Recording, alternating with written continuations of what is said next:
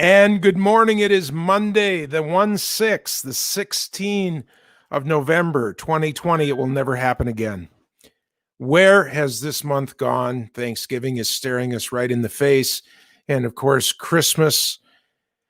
And it will be the end of this year. And what an unusual year it has been. I am so sensitive to the fact that for me, it was March 16th that the world just changed. That was the day that the hammer fell here. I'm sure for you, you have a date in time also when that happened. There are some big events that have happened in our life. I remember the moment that the PA system in school put that buzz out. It was a relatively new PA system, school-wide, and the buzz came. I know what chair I was sitting in what classroom.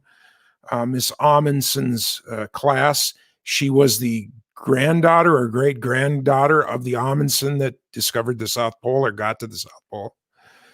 And the news that President Kennedy had been shot. It was a moment in time that everything was before that or after that. And for me, March 16th of this year is going to be that moment in time where everything that we talk about for the rest of my life is going to be, well, was it before this event of this year? I can't talk about this year. I can't say this year or we'll get demonetized. But we all know the event of 2020 that I'm talking about. And that's what's going to be Chat CANNA. And Have You Heard today is going to be news about this event and how it's affecting the hemp industry. So we're glad that you joined us today. And thank you for being with us on this Monday, this November. Here in the upper Red River Valley, there is now snow on the ground, just a dusting, more than a dusting, really, but you can still see the grass through the snow, and certainly not a time to be moving any snow, but there would have been tracks on the highway where the trucks, of course, and the traffic overnight was keeping it open, but certainly you would want to stay in those tracks and happy that you have an all-wheel drive vehicle. Boy, messages coming in on the phone this morning. It's a busy morning, and that's great. It's a great day to be alive. It's a great day to be doing business. We are happy that for my business and my employees, we have been able to pretty much go right along. There's a lot of changes, a lot of Zoom meetings rather than face-to-face meetings, and that's what's got me, all changed over, is that I am just in front of a camera. Not only for the show, but for day to day, and hour by hour, talking around the world, from Germany to Canada, to the West Coast, to all around the Midwest here, where I would normally get in the car and go see someone, or they would be here in my yard, here in the studio that we have, also as offices. And, you would just be seeing someone and you would be making coffee and you would be chilling sodas and you would be drawing on notepads and making notes, and instead trying to do it digitally. And for an almost 70-year-old guy, it's a change because I am breaking out of my habits, trying to do that and keep up. I guess for the young people, they like it better. If they don't have to actually be in somebody's face, they seem to thrive on it.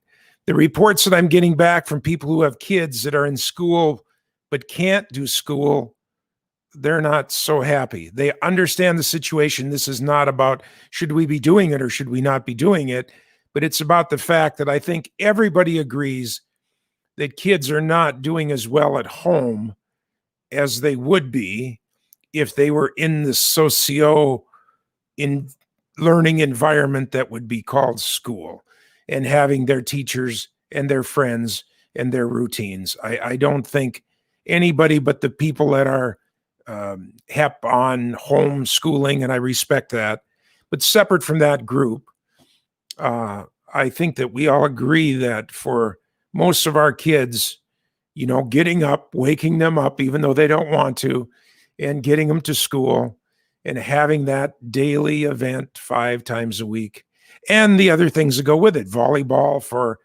my neighbor's daughter, and the other social sporting school events that she's into are very important to her, and that's just all shut down. Matter of fact, he went hunting with some other friends, and when he came home, they relegated him to his man cave for a week or 10 days or so, so that she was isolated so that she could get back into playing volleyball. But of course, then the school shut down through their terms. But everybody is really doing what they can here. How does this have to do with hemp, John? Come on, what's going on here? Well, Have You Heard for this Monday is all about that. There seems to be a bit of a silver lining for the hemp business right now. A big study that went on, it started in June. The results are out now. CBD industry, particularly 20% of consumers seem to be using more CBD products through this crazy year of 2020 as a direct result of what is going on and this thing that has grabbed a hold of everyone. Let me just throw that away. There's a firm, a Chicago-based firm called Aclara, and they analyze consumers, work in collaboration with Nielsen. Of course, you remember those were the TV people, but they take all sorts of surveys, all kinds of things.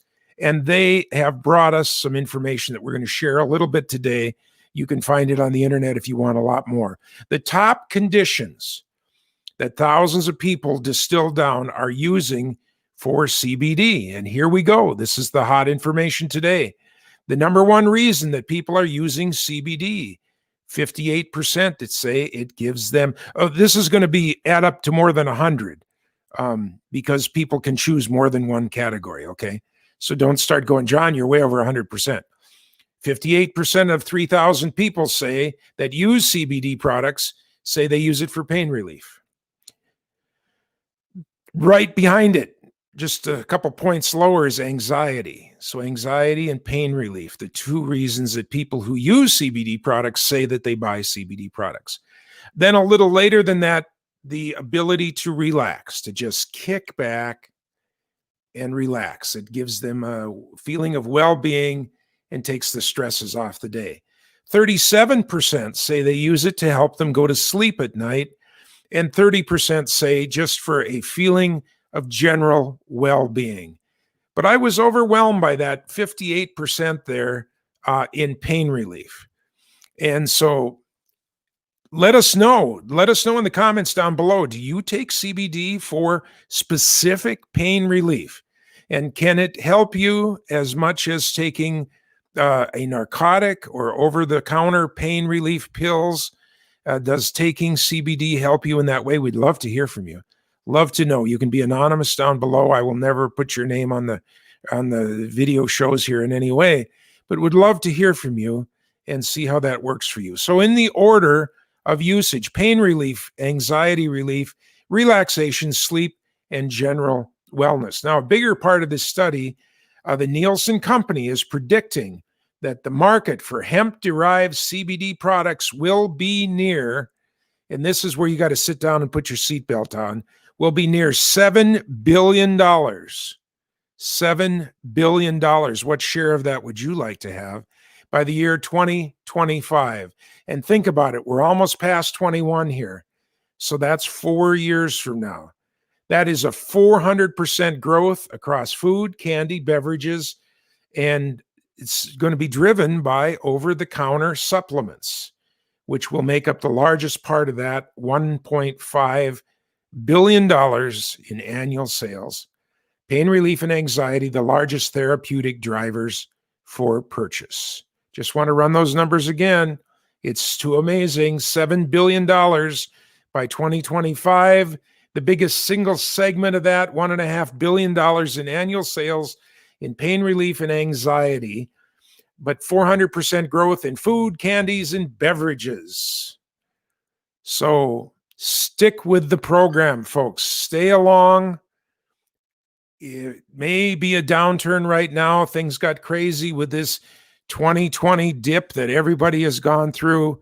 But if you can hang in there, I believe that the rewards are yet to come. This is Chat CANNA for today, Monday, the 16th of November. My name is John Reitmeyer.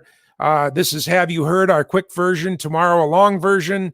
Wednesday, a short version. Thursday, a long version.